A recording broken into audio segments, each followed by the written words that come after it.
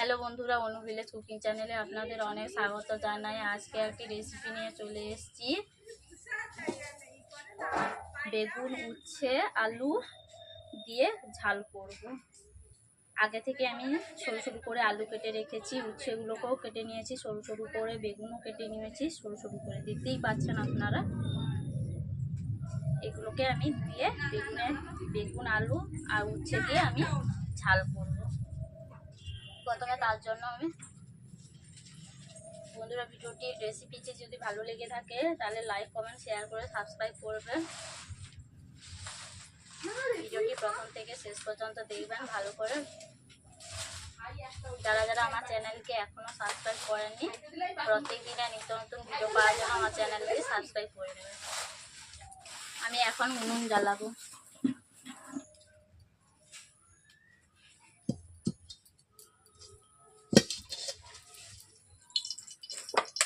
বন্ধুরা, আমি কড়াই বসিয়ে দিয়েছি। কড়াইতে প্রথমে আমি তেল দিয়ে দিয়েছি উচ্ছেগুলো ভাজার জন্য।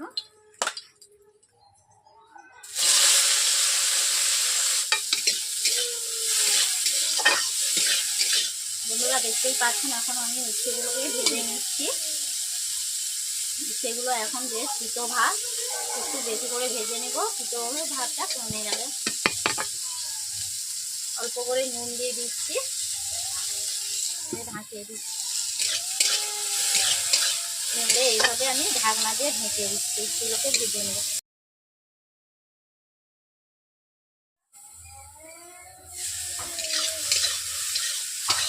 উচ্ছেগুলোকে এইভাবে আমি নেড়ে নিচ্ছি একটু।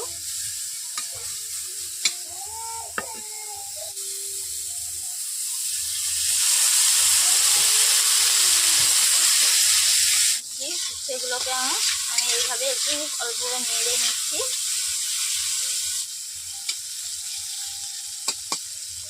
ইচ্ছের মতো অল্প করে আমি হলুদ দিয়ে দিচ্ছি।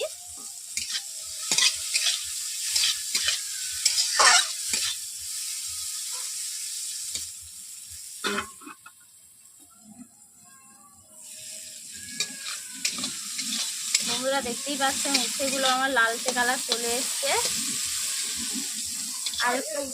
আর একটু ভেজে নেব অল্প করে, হালকা আঁচে রাঁধলে। উচ্ছেগুলো বেশি জ্বালানি দিলে কি হবে, পুড়িয়ে দিতে পারে। বন্ধুরা, আমার উচ্ছেগুলো ভাজা হয়ে গেছে, দেখতেই পাচ্ছেন। আমি এরপর আলু, বেগুন একসঙ্গে দিয়ে দিচ্ছি।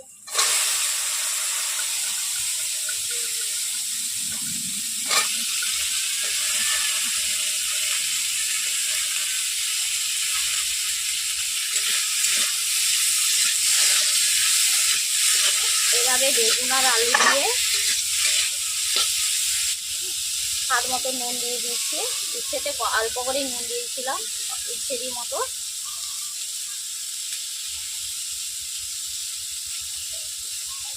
এরপর আমি দিয়ে দিচ্ছি হলুদ।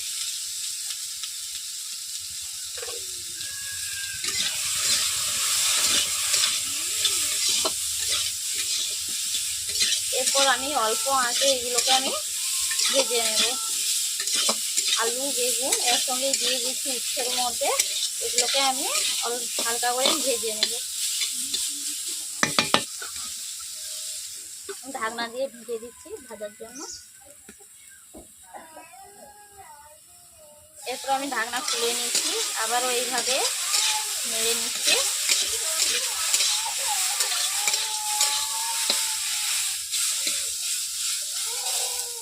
আবার আমি ঢেকে দিচ্ছি। আমি ঢাকনা খুলে নিয়েছি। এরপর আমি এইভাবে নেড়ে নিচ্ছি 2 মিনিট অন্তর।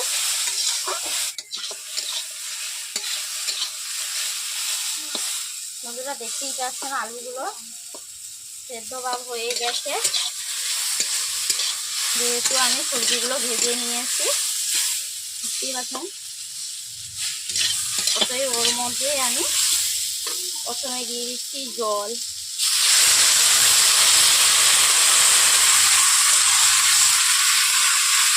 কড়াতে সরাসরি সর্ষে দিইনি, কারণ কড়াতে সরাসরি দিলে কি হয়, তেতো ভাব লেগে যায়। তার জন্য আমি প্রথমে একটু জল দিয়ে দিচ্ছি। এরপর আমি আগে থেকে সর্ষে বেটে রেখেছিলাম বাটিতে, ওই বাটিতে আমি জল দিয়ে গুলিয়ে সর্ষেগুলোকে আমি ধুয়ে দিয়েছি।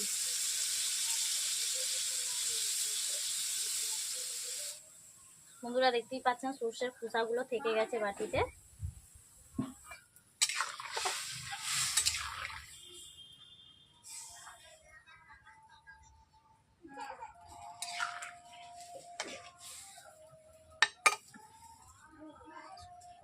সবজির মধ্যে আমি জল দিয়ে দিয়েছি, ওগুলোকে আমি 5 মিনিট ফুটিয়ে নিচ্ছি। বন্ধুরা দেখতেই পাচ্ছেন ঝালটা কেমন ভাবে ফুটছে।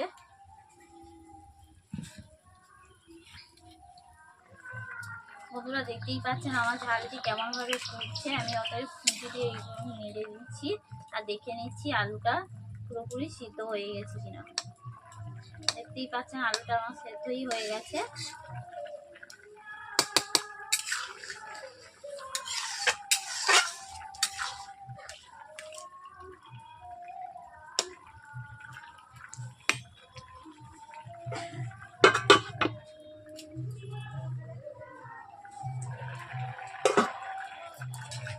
বন্ধুরা দেখতেই পাচ্ছেন ঝালটা আমার কেমন ভাবে ফুটে উঠেছে। দেখতে পাচ্ছেন বেগুনও সেদ্ধ হয়ে আছে, আলু আপনাদের দেখেছি সেদ্ধ হয়েছে। এরপর আমি ওগুলোকে একটা পাত্রে ঢেলে নিচ্ছি।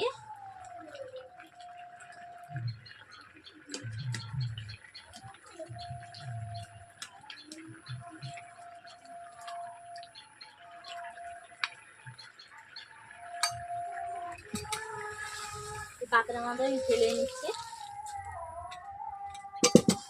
বন্ধুরা দেখতেই পাচ্ছেন আমি সবজিগুলোকে নেড়ে সর্ষের জল দিয়ে আমি ভাপিয়ে নিয়ে সেদ্ধ করে নিয়েছি। এরপর আমি ঝালটিকে আমি ছুঁকে নেব।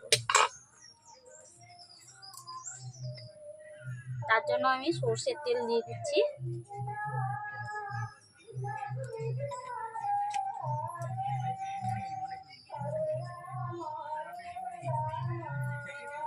তেলটা গরম হয়ে গেছে, এরপর আমি দিয়ে দিচ্ছি 5 ফোড়ন।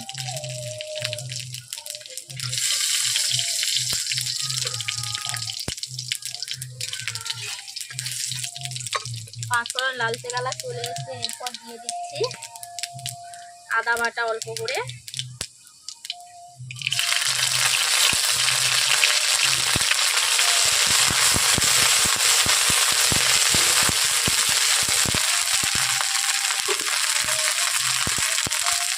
এরপর দিয়েছি পেঁয়াজ বাটা,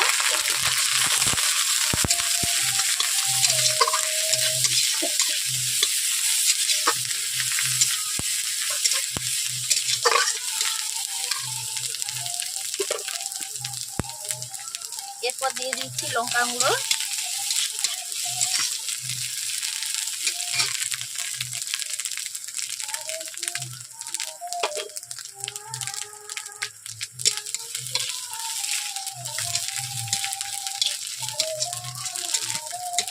পেঁয়াজ মরে গেছে। এরপর আমি ঝালটিকে কড়াইয়ের মধ্যে দিয়ে দিচ্ছি।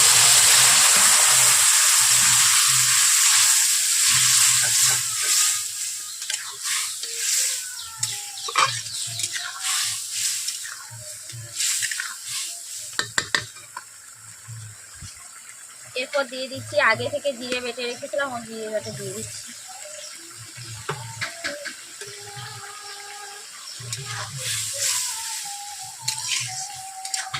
বন্ধুরা আমার রেসিপিটি হয়ে গেল, ঝাল রান্না করে আজকে হয়ে গেল। ভালো লাগলে লাইক কমেন্ট শেয়ার করে সাবস্ক্রাইব করবেন। যারা যারা এই ঝালটি রান্না করতে চান একবার বাড়িতে রান্না করে দেখবেন, কার কেমন হলো আমাকে কমেন্ট বক্সে জানিয়ে দেবেন।